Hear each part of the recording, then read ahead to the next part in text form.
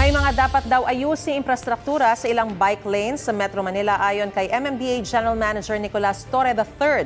At live mula sa Pasig may unang balita, si James Agustin. James, ano-ano ito?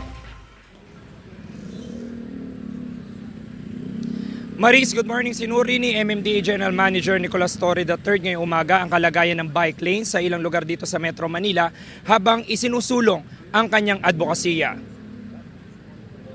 Sakay ng kanyang bisikleta, binagtas ni Torre ang EDSA kanina, maging ang Ortigas Avenue hanggang sa makarating sa Meralco Avenue at Julia Vargas Avenue. Isinusulong niya ang road sharing at pagbibisikleta na bukod sa maganda na raw sa kalusugan, makakatulong pa sa pagbawas sa dami ng volume ng mga sasakyan.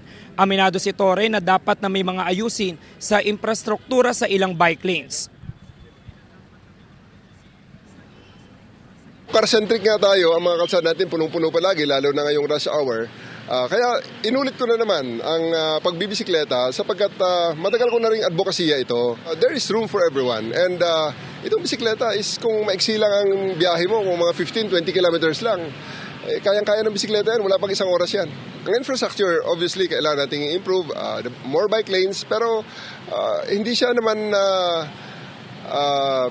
mandatory talaga na mandatory except maybe for the big roads like EDSA, yan, pwede ka malagay ng bike lane, Commonwealth, Quezon Avenue, yan, sa mga malalaki. Pero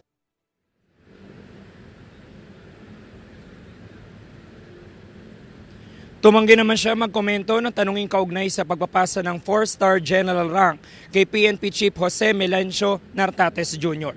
Samantala Maris, tumagal ng mahigit isang oras yung pagbibisikleta ni Torre at may distansya po yan ng halos 16 kilometers bago siya makarating dito sa MMDA Head Office sa Pasig City.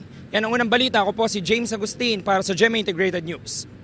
Gusto mo bang mauna sa mga balita? Mag-subscribe na sa GMA Integrated News sa YouTube at tumutok sa unang balita.